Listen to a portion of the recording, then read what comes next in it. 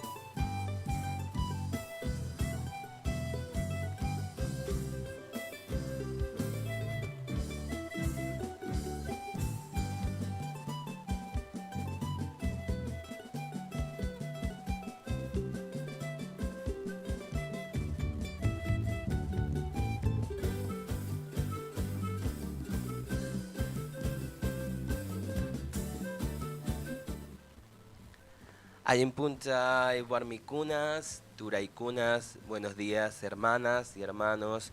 Comenzamos una edición más de Ñucanchic, Cancunapac, de nosotros para ustedes por Radio Chasqui 88.7 FM. Este informativo semanal, bueno, en realidad diario de Radio Chasqui, en donde encontramos muchas, al menos esta semana, muchas cosas como para poder contarles. Una semana que se viene bastante movidita en varias situaciones y con algunas noticias que ha repercutido tanto en el ámbito local como nacional a partir de de una muerte que para muchos realmente tiene distintos significados. ¿Cómo estás, Noé Puncha? Estamos justamente con Noelia Alarcón en el día de hoy y haciéndonos el aguante. Ahí Sergio también, compañero de la radio, en la parte de producción.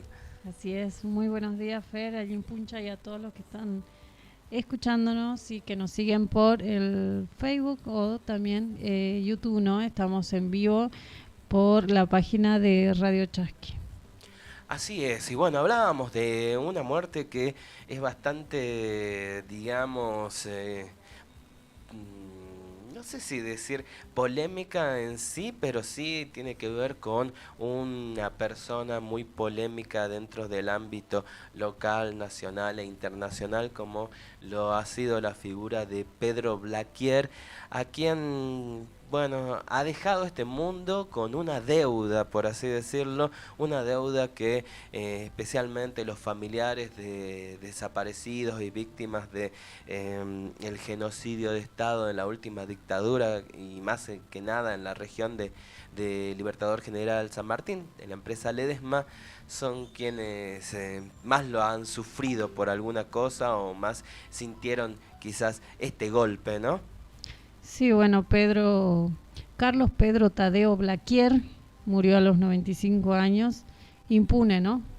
Como solamente los poderosos pueden hacerlo en este país, pese a que fue procesado en el 2012 por crímenes de lesa humanidad, jamás llegó a ser juzgado por los secuestros ocurridos en plena dictadura, ¿no? En la zona de influencia del ingenio Ledesma, aquí en la provincia de Jujuy, ¿no?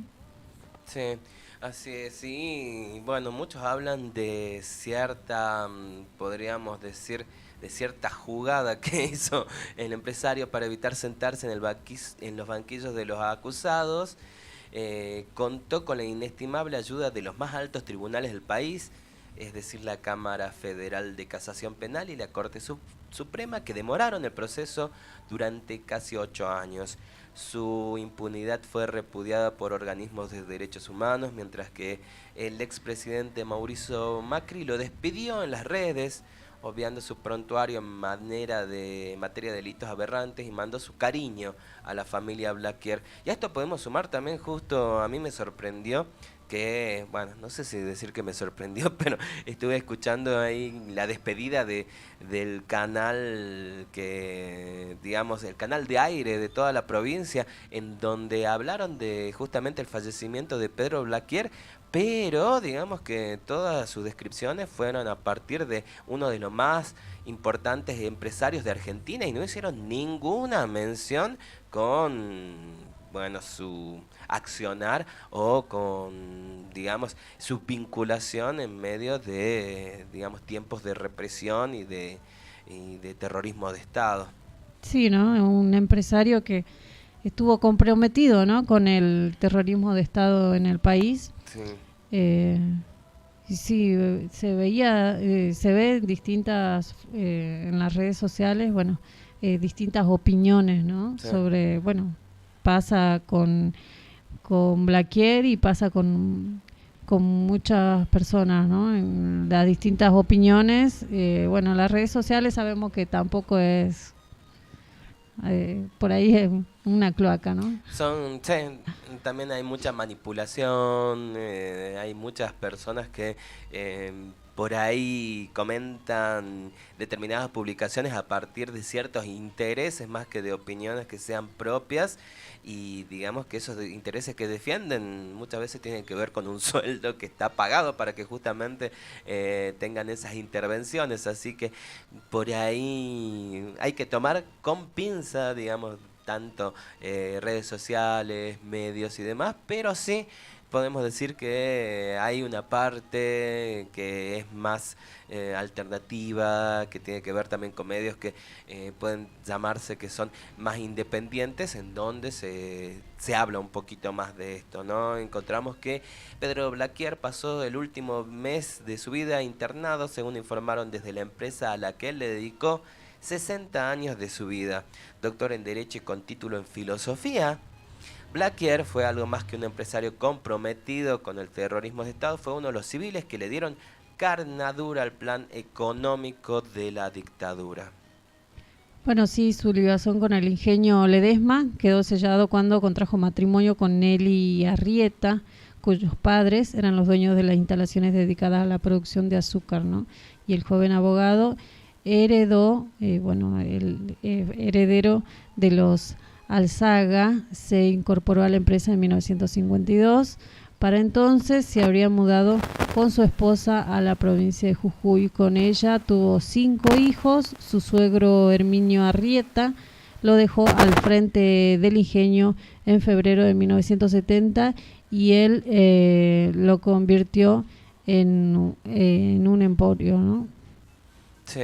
Antes del golpe de Estado, Blaquier prestaba un palacete ubicado en la calle Ascuénaga a un grupo de intelectuales y grandes empresarios que pasaron a llamarse el Grupo Perriox, en alusión al abogado James Perriox, como sostienen en el informe Responsabilidad Empresarial en Delitos de Lesa Humanidad.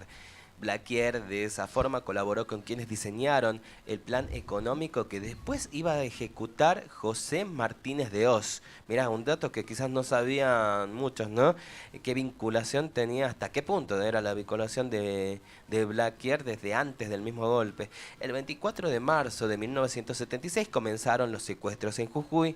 Una de las víctimas fue Luis Aredes, quien como médico del ingenio había importunado a sus dueños, tratando de darles acceso a tratamientos de calidad a quienes enfermaban.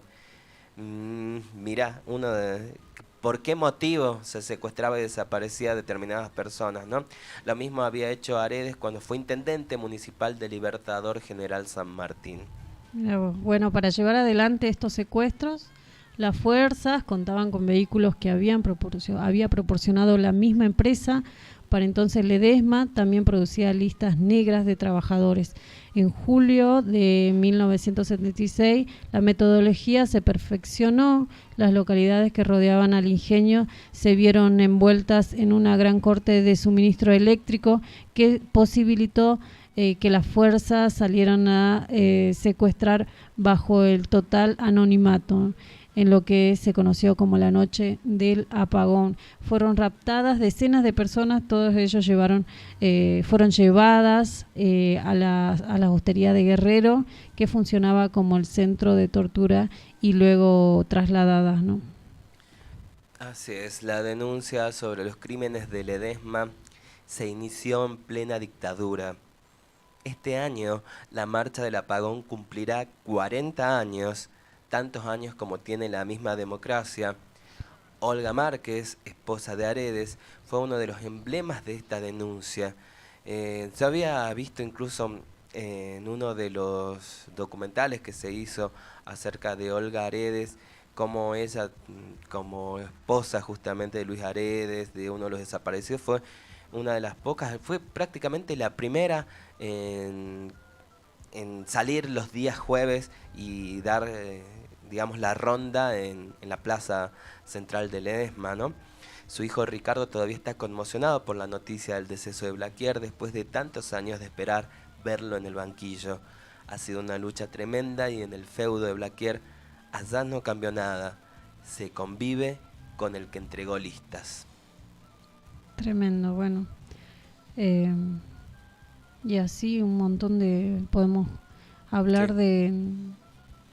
de mucho, ¿no? Sobre Sí. sobre este personaje en la provincia de Jujuy. Y como vos decías, algunos lo despedían como un gran empresario que dio mucho trabajo y un montón de cosas más, ¿no? Así es, la verdad es que son verdades que muchas veces, de acuerdo a la mirada de cada uno, de acuerdo a lo que quiere transmitir cada uno, se pueden ocultar varias cosas que son muy terribles. En el caso justamente del empresario Carlos Blaquier y esta parte tan oscura justamente, donde la empresa Ledesma justamente, además de ser cómplice y de ser, digamos, acusada de que entregara a los propios empleados de la empresa, ¿no?, del ingenio, fue prácticamente el emblema, por decirlo así, o el símbolo de la parte más cruda de la provincia de Jujuy. Fue prácticamente el ingenio, en este caso la empresa, y a la vez la, digamos, la localidad de Jujuy en donde más se han sufrido este tipo de desapariciones, y justamente a partir de las llamadas noches del apagón, donde se hacen marchas justamente alusivas todos los años todavía, pidiendo. Y ya en el caso de Blaquier no puedes pedir justicia, pero sí pedís memoria, y está este esfuerzo de muchas personas, de muchos parientes, de muchos conocidos y de muchas personas que no quieren que vuelvan determinados años atroces a nuestras tierras, ¿no? Sí, ejemplo de una justicia injusta. Estuvimos 40 y pico de años esperando el juicio a Blaquier, pero no ocurrió por el pase de pelota entre Casación, la Corte y la Justicia de Jujuy. Se lamenta Aredes, que sigue reclamando que las políticas se esmere en honrar la impunidad, se esmere en horadar la impunidad que sigue vigente en nuestra provincia, ¿no? Esta es una de las muestras de que los juicios de lesa deben ser prioridad en las agendas de todos los tribunales, ¿no? Sí, así es. En la Secretaría de Derechos Humanos de la Nación, que conduce Horacio Pietragala Corti, denunció que Blaquier murió impune como consecuencia del accionar del Poder Judicial, y reclamó que se avance en llevar a juicio a Alberto Lemos, el administrador del ingenio Ledesma durante la dictadura, que también está procesado por los mismos hechos. Tenemos que buscar que en la historia quede escrito que el ingenio Ledesma, con el poder que tuvo la familia Blaquier, fue responsable del apagón y cómplice de la dictadura, que secuestró trabajadores organizados y a referentes de Calilegua, Libertador General San Martín. Fue que dijo Pietragala Corti, justamente hablando de la situación de, en este caso, Lemos y de varios que más que pueden estar, digamos, en medio de esta situación. No sabemos que estamos a contrarreloj para que no gane la impunidad biológica. Bueno, sí, la Asociación de Madres de Plaza de Mayo sostuvo que es inaceptable que continúen en sus cargos los ministros de la Corte o los camaristas que nunca avanzan siquiera en hacer sentar en el banquillo de los acusados a Blaquier. Desde Hijos Capital lo llamaron al civil del horror, ¿no? Y recordaron que murió sin condena judicial, pero con el repudio popular.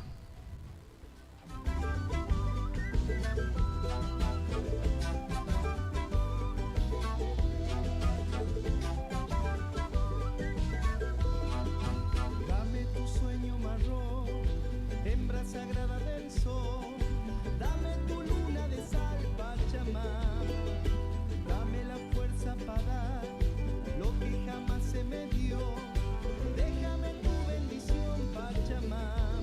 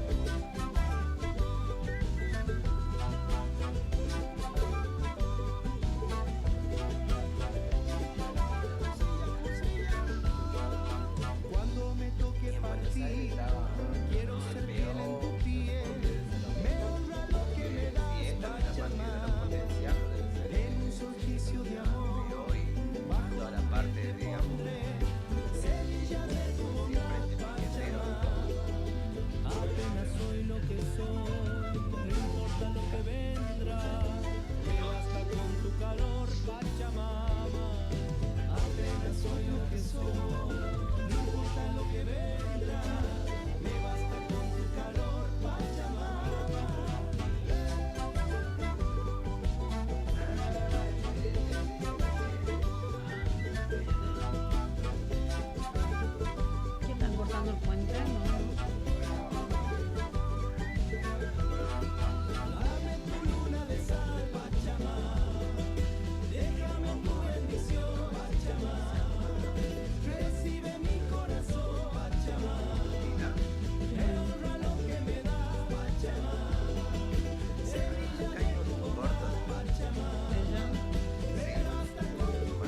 De Bolivia.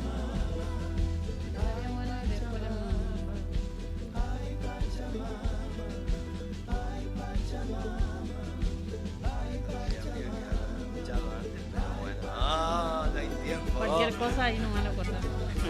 Y encima es cortito, 48 segundos tiene. De Bolivia, Domitila Barrios vivió entre los conflictos propios de la vida en una zona minera. Desde 1963, participó en el Comité de Amas de Casa del siglo XX, el cual agrupaba a las esposas de los trabajadores mineros y que le valió la represión de varias dictaduras. Se convirtió en la secretaria ejecutiva del comité para luchar en apoyo al movimiento minero. Por su labor, fue torturada y encarcelada.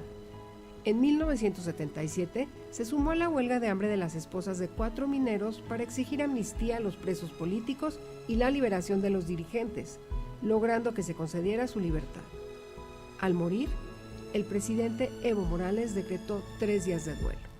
Comisión Nacional de los Derechos Humanos. Defendemos al pueblo.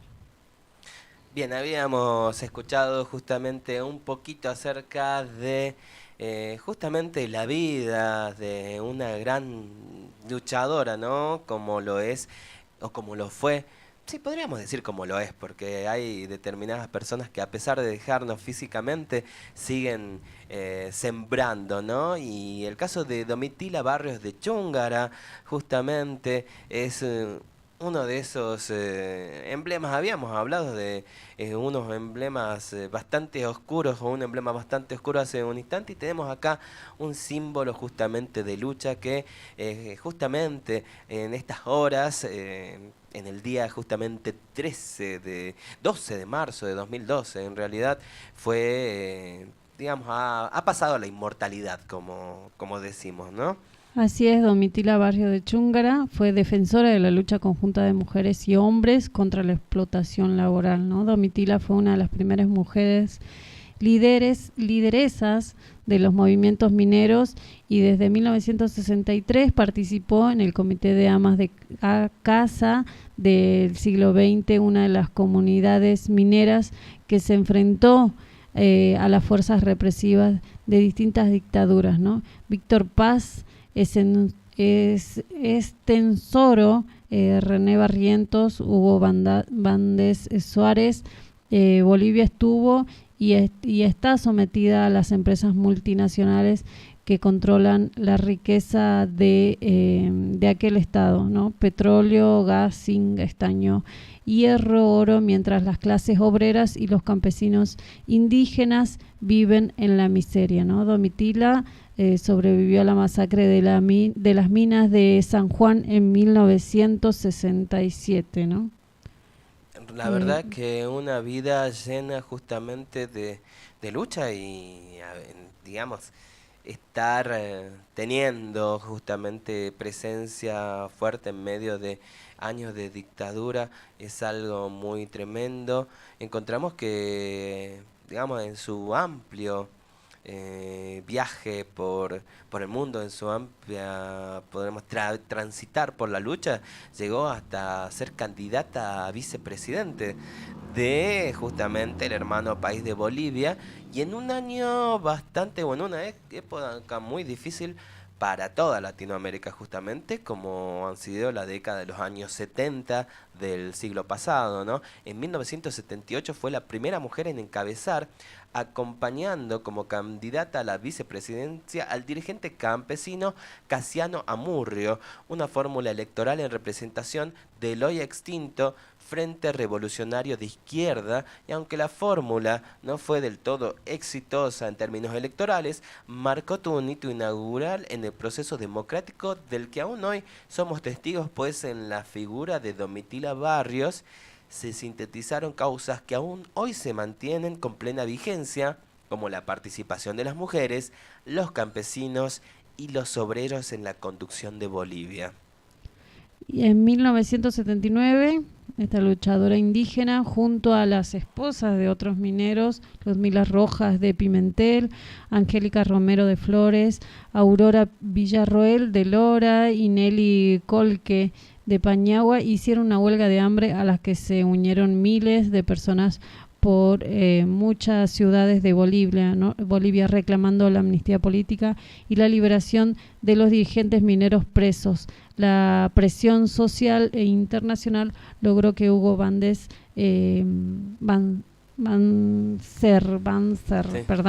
accediera a conceder la amnistía y derribó su dictadura. Pero en 1980, otra dictadura, la de García Meza, condujo a Domitila al exilio, ¿no? Así es, perdió todo, familia, hogar, y sufrió el exilio perseguida por las dictaduras y se refugió en Suecia, sin cesar la denuncia de las injusticias de los mineros y campesinos y promoviendo la lucha por la democracia y la participación femenina. A su regreso, continuó con la enseñanza en su escuela de capacitación política y sindical. Consideraba que la ciudadanía debía estudiar. Entonces me di cuenta de que en el país hacía falta la formación política, los mineros estaban solos, los campesinos también. Empecé a dar charlas, era necesario seguir la lucha. Entonces creamos un pequeño grupo que al principio llamamos Escuela Móvil, y porque íbamos de un lado a otro, es lo que contaba, ¿no, Domitila? Luego nos hicimos este lotecito, una casita, aquí un cuartito, y empezamos a trabajar. Bueno, Domitila fue invitada a varios congresos y reuniones internacionales. En 1982 volvió a su país con coraje y siguió luchando contra las injusticias, la desigualdad, la explotación y la opresión.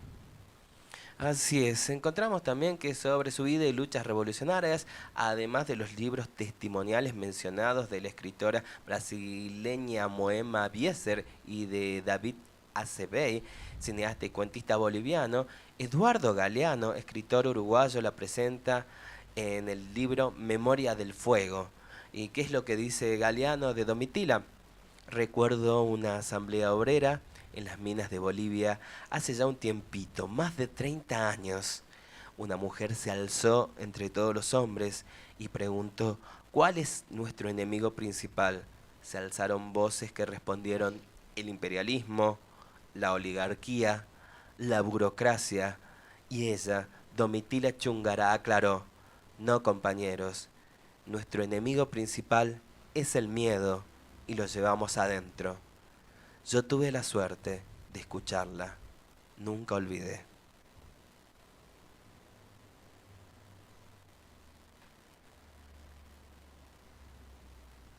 Este proyecto ha sido ganador del Fondo de Fomento Concursable para Medios de Comunicación Audiovisual, un mecanismo de fortalecimiento de la pluralidad de voces y subsidiado por el Ente Nacional de Comunicaciones, bajo la licencia del Ñocanchis Cancunapa.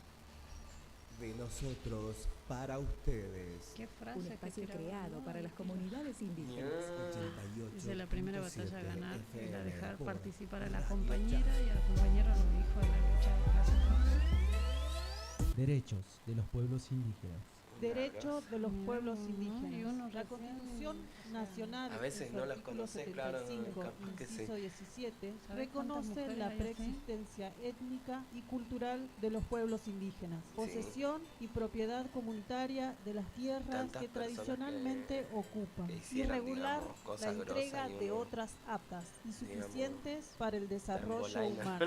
Así Sí, ¿no? también se Sí. debe asegurar la participación de los pueblos indígenas en la gestión referida a sus recursos naturales y a los demás intereses que lo afectan. Radio Chasqui Jujuy, FM 88.7, comunicación indígena y popular.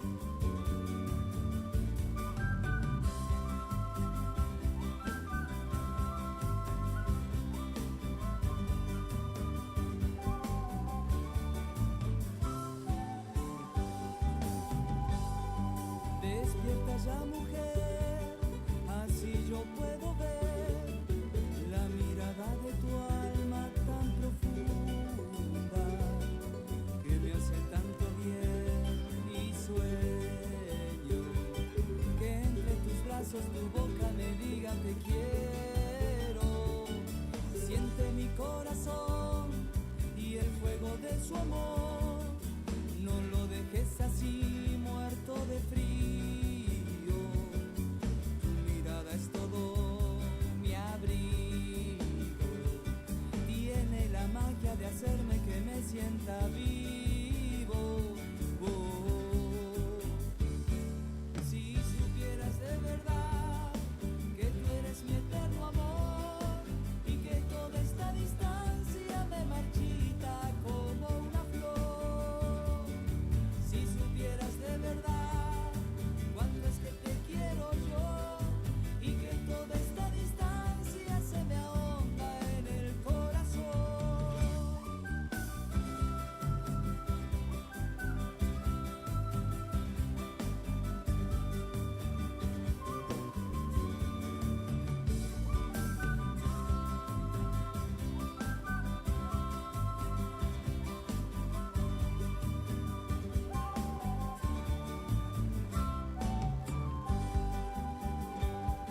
Despierta ya mujer, así yo puedo ver la mirada de tu alma tan profunda que me hace tanto bien y sueño que entre tus brazos tu boca me diga te quiero.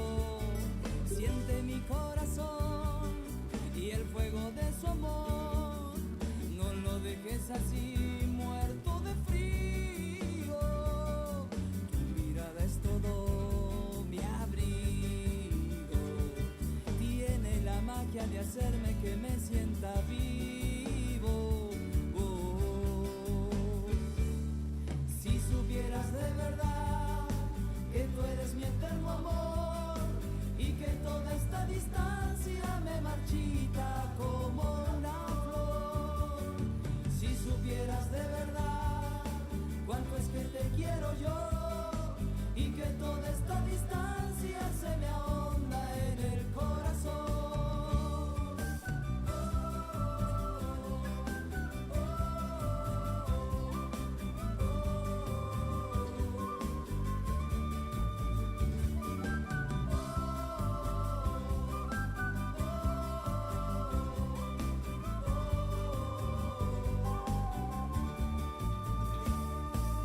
Si supieras de verdad que tú eres mi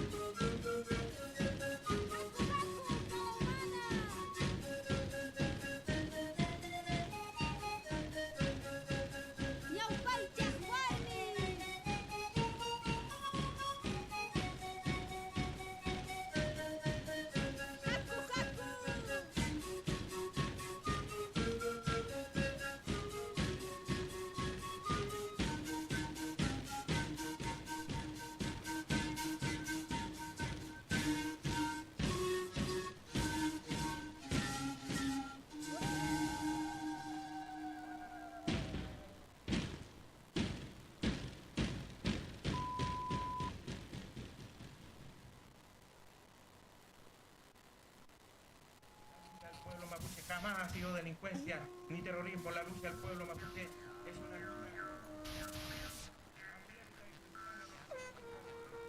Yo creo que va matando indio hijo de puta y te vamos a hacer desaparecer como a Maldonado.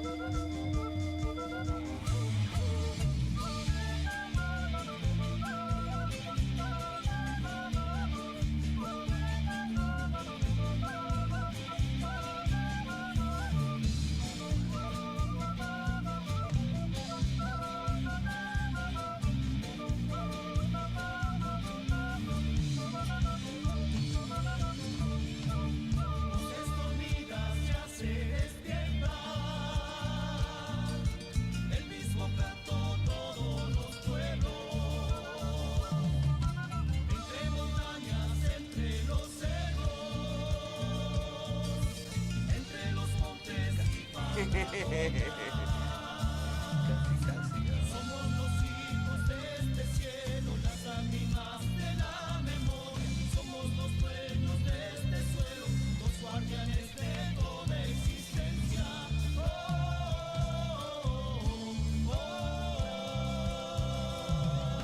Somos el pueblo siempre presente, el mismo canto todos hermanos, por los caídos, los olvidados, por nuestros hijos vivos para siempre.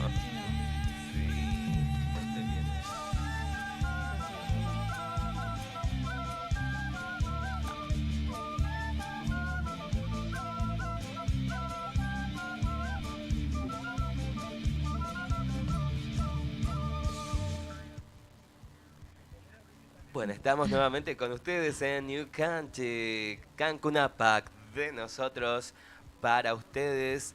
Y en este bloque vamos a contarles determinadas situaciones que están por ahí en principio relacionadas con el llamado oro blanco, ¿no? Y por un lado también esta cuestión que tiene que ver con esas cosas que no se cumplen, que tienen que ver justamente con la consulta previa informada, que con respecto a las comunidades justamente, y otra vez digamos que la parte de las Salinas Grandes y de la laguna de Guayatayoc está nuevamente mezclada y con distintas comunidades que si no es una comunidad es otra, y en este caso es la comisionada El Moreno quien de manera digamos arbitraria firmó la exploración de litio justamente en la zona. Angélica Castillo, quien no sé si habrá tenido alguna charla justamente, bueno, según lo que dicen justamente los comuneros y los hermanos de las comunidades, realmente no dieron el visto bueno para nada, ¿no? Y Angélica Castillo sí, ella como comisionada del Moreno dio el visto bueno para que empresas extractivistas realicen exploración en la zona del IPAN. Cuestionada, la funcionaria manifestó que no lo hizo en su rol de comisionada, sino como miembro de la comunidad. O sea, ella dice, yo soy de la comunidad, entonces a mí me hicieron la consulta previa informada y yo dije que sí. Qué loca, ¿no? Sí, es por eso Aguanta. que los hermanos de la comunidad del Moreno están pidiendo su destitución, ¿no? Sí. Bueno, la explotación de litio en la zona de Salinas Grandes y Laguna de Guayatayoc es bastante complicado, ¿no? Es delicado para las comunidades. La actividad tal como la plantean las empresas extractivistas requiere de un uso intensivo, ¿no? Del agua, Sí. la contaminación, por lo que se por lo que es compartida, bueno, la negatividad, la negativa, su instalación. A pesar de ello, bueno, la comisionada del Moreno traicionó a su propio pueblo, ¿no? Y firmó para que se realice la explotación del recurso en auge, ¿no? Como vos decías, el oro blanco, ¿no? Así es, sí, por ahí si uno ve algunas fotografías incluso de las zonas en donde están las empresas mineras, es increíble, ¿no? Cómo se hacen como ciertas, digamos, cuadras de galpones para los trabajadores, está la misma empresa además, y hay piletones que tienen una extensión increíble y que recolectan litros y miles de litros de agua en zonas donde por un lado el agua es escasa y por el otro realmente se caracteriza el agua, bueno, se caracterizaba, podríamos decir, por ser agua de máxima pureza, ¿no? Agua de las altas cumbres, justamente uno, y acá en Jujuy pasaba, yo creo que tenemos que hablar en pasado también, donde hasta el agua potable nosotros podíamos decir que qué rica agua potable que teníamos y también qué saludable, cosa que a veces uno ya se iba hacia otras provincias y notaba el cambio, hasta incluso encontrar agua que no es para nada potable en algunos casos. Y estamos en una transición en donde, digamos, el agua va cambiando y por el otro lado también va escaseando, y en años como este, en donde nos dicen que hay sequía, resulta cuanto menos contradictorio ver que haya empresas que usen tanta proporción y tanta cantidad de agua, y que por otro lado, y bueno, ya lo vamos a estar también tratando dentro de un ratito más, digamos que el pago que tienen para esta cantidad de agua no es equitativo para nada, justamente con el uso que hacen, y se llevan una gran cantidad de ganancias que yo creo que pueden vivir generaciones y generaciones a partir de las mismas, ¿no? Sí, bueno, acá te piden que denuncies al vecino cuando tira un balde de agua en la calle. Claro, al que está manguereando al el que está auto, manguereando, sí, y que tira un poco de agua, pero estas empresas hacen lo que quieren, ¿no? Y pagan, como vos decías, los números no cierran en la provincia, y este conflicto, bueno, en la comunidad en Lipán se dieron con que la empresa minera estaba ya empezando a trabajar, y bueno, esto salió, bueno, a pesar de todos los rechazos de la comunidad para la explotación de litio. Bueno, la comisionada municipal Angélica Castillo pasó por alto esta postura, ¿no?, de la comunidad y le abrió las puertas, ¿no? Le dio rienda suelta a la empresa en el pueblo, ¿no? Sí, como vos decías, la verdad que una realidad, y yo me imagino la sorpresa, ¿no?, de que un día X te levantás, salís a la puerta de tu casa, capaz que vas a buscar qué desayunar, y te encontrás que hay máquinas de una empresa minera que está empezando a trabajar, y donde vos ni enterado ni enterada que iba a suceder eso, ¿no? Y justamente fue en el día de ayer que estuvieron ahí, digamos, las comunidades en las instalaciones de la sede municipal reclamando explicaciones a la funcionaria, que, bueno, fue justamente que el viernes pasado sucedió esto, que empezaron a ver la actuación, o bueno, el trabajo de la empresa. A pesar del rechazo generalizado de las comunidades para la exploración y explotación del litio, Angélica Castillo pasó por alto la postura de su propio pueblo, y encontramos también que aún así tampoco respetó el acuerdo de las comunidades, que establecieron que ninguna puede negociar de forma individual. Y bueno, no es ninguna comunidad, sino que en este caso ninguna persona, ¿no? Sobre la rúbrica, la comunera sostuvo que no tienen información certera, pero las actitudes respecto al tema levantaron sospechas, y desde el año pasado Castillo se niega a firmar una ordenanza para que se declare que no se puede realizar ninguna explotación de litio en territorio de las comunidades. Y sí, ¿cómo va a firmar la ordenanza si ella está dándole lugar a las empresas para que hagan este trabajo, ¿no? Bueno, sí, los hermanos de la comunidad ratificaron su postura. Queremos que ella como comisionada se presente, firme la ordenanza de no al litio. Ya había entrado eso para que se trabaje, no lo hicieron, ella ahora se fue y nos dejó en nada, señaló una comunera, ¿no? Bueno, frente a ello, la protesta de ayer incluyó el pedido de destitución de la comisionada.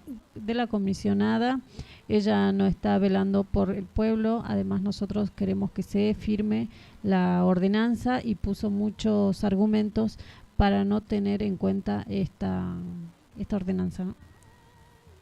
Así es, y bueno, seguimos entonces en medio de todas estas situaciones y hablando justamente de litio, encontramos que el gobierno de Gerardo Morales está de alguna forma sospechado, vamos a decirlo así, a partir de cuáles son los números que se relevan y los números que se presentan a la comunidad, a la sociedad, de las ganancias de las empresas de litio, ¿no? Y fue justamente el economista Gastón Remy quien comparó reportes financieros de empresas extractivistas que fueron relevadas por el INDEC con los balances aportados por la Sociedad Estatal Sales de Jujuy, y el concejal del FIT apuntó a que persiste maniobras de subfacturación, es decir, que te están declarando menos de lo que realmente ganan. Eso es lo que está denunciando ahí el funcionario, ¿no? Al abrir el portal gubernamental Prensa Jujuy, la gestión de Morales pone como eje de su gobierno 3 cosas: la planta solar Cauchari, el cannabis medicinal y la producción de litio. Esta última bajo sospecha respecto a los números que brinda la Sociedad Estatal Sales de Jujuy, que reportaría regalías en menor cantidad de las que recibe. Esta denuncia la hizo el economista Gastón Remy, quien comparó, como decíamos, los reportes financieros de distintas empresas con las que tiene Sales de Jujuy, ¿no? En la conclusión a la que llegó el economista y concejal del FIT es que persisten las maniobras de subfacturación, por lo que la provincia recibiría menos regalías de las que le corresponden por la extracción del mineral en auge.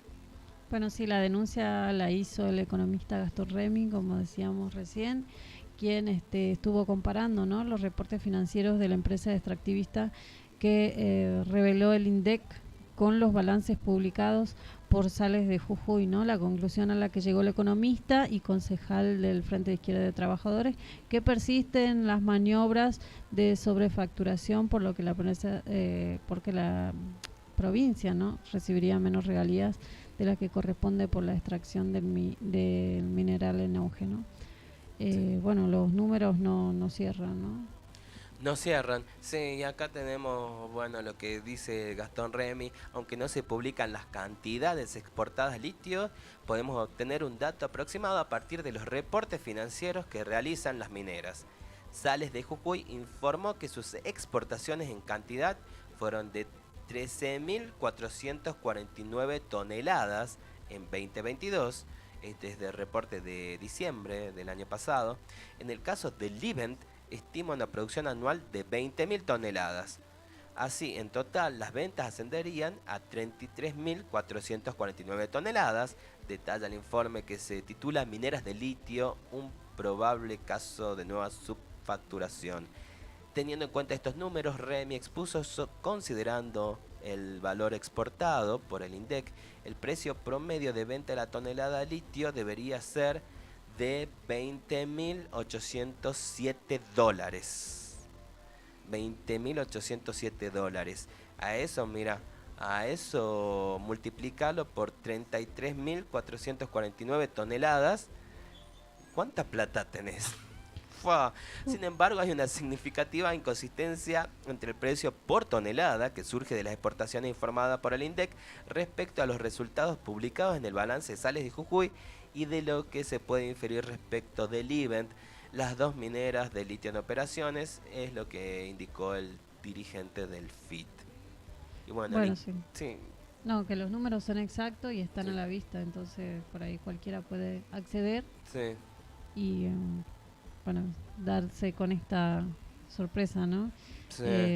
Existe una diferencia de $14.177 entre el valor de la tonelada que reporta Sales de Jujuy con el precio de referencia dispuesto por el gobierno nacional. Eso es sobrefacturar, por lo que la provincia recibe menos de lo que se correspondería de regalía, ¿no? Mirá, $14.177 por tonelada. Y son, a ver, son 33.000 habíamos dicho, ¿no? Sí. Hagamos la cuenta entonces.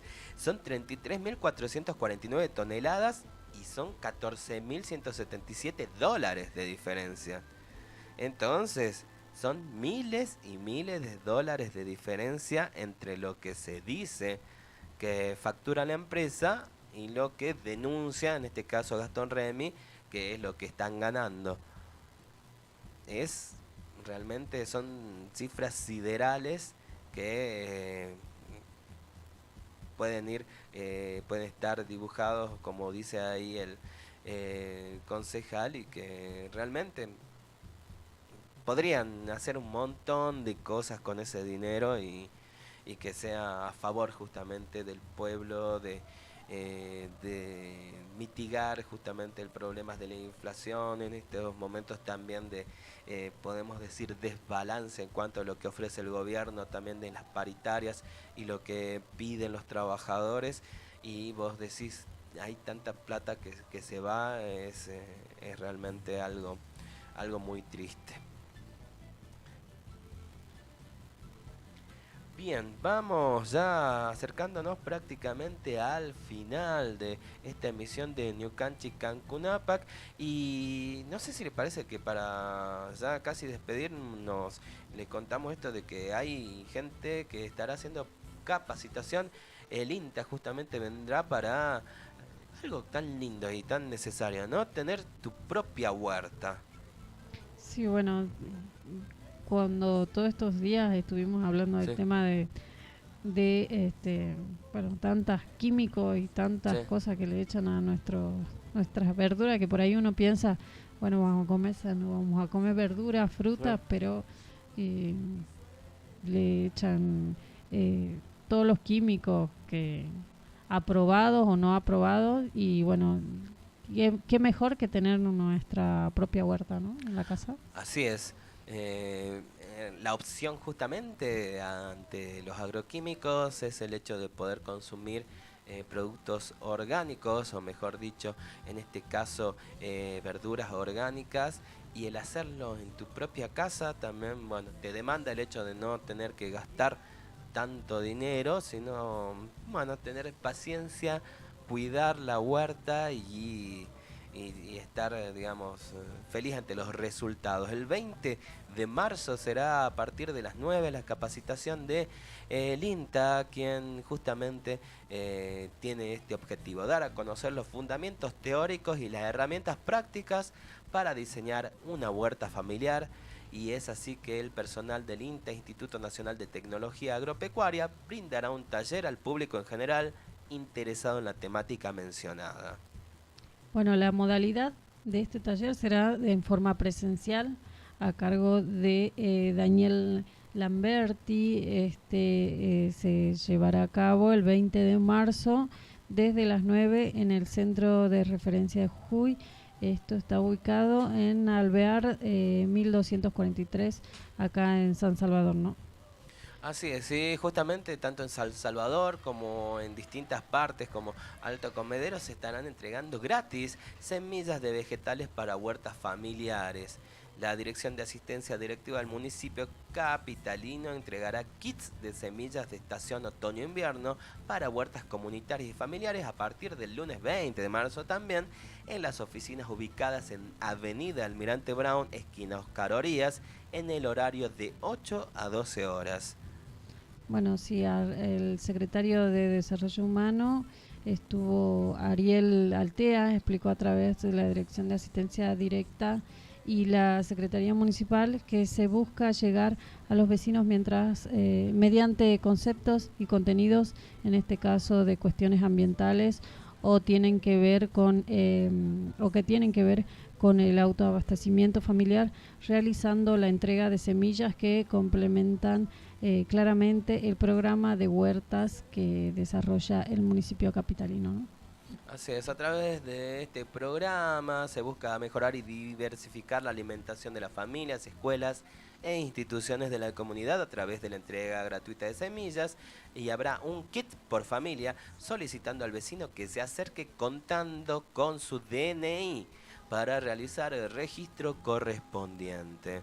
Y también se entregará semillas en Alto Comedero, y esto será también de 7:30 a 12:30 en el vivero del barrio, ubicado en Avenida Forestal 1999, sector B3, al lado del cajero. Buenísimo. Y bueno, esto también muy interesante, ¿no? Porque también saber qué plantar, ¿no? En cada estación y todo eso. Es por eso que este kit que van a estar entregando con semillas, van a tener semillas de acelga, lechuga, cebolla y puerro, ¿no? Que son las previstas por el INTA, ¿no? Y la dirección fracciona los kits para ser entregados a la comunidad, ¿no? A la gente que se acerque. Mira qué copado tener repollos, habas, arvejas. Bueno, tenemos bastantes verduras podemos tener en nuestra huerta comunitaria. Entonces esperamos entonces que sean varios que se acercan y que podamos empezar a crecer en ese sentido, y ya nos tenemos que despedir. Bueno, sí, nosotros nos estamos despidiendo de este primer día, ¿no? De New Canchi de la semana. Mañana ya vamos a estar con nuestros compañeros acá en La Chasqui, ¿no? Así es, nos estamos reencontrando también como para poder tener y compartir más información respecto de comunidades indígenas, de situaciones también sociales que estamos pasando tanto a nivel local, nacional y de la Via Yala. Muchas gracias por estar y nos estamos encontrando prontito. Tengo una cama.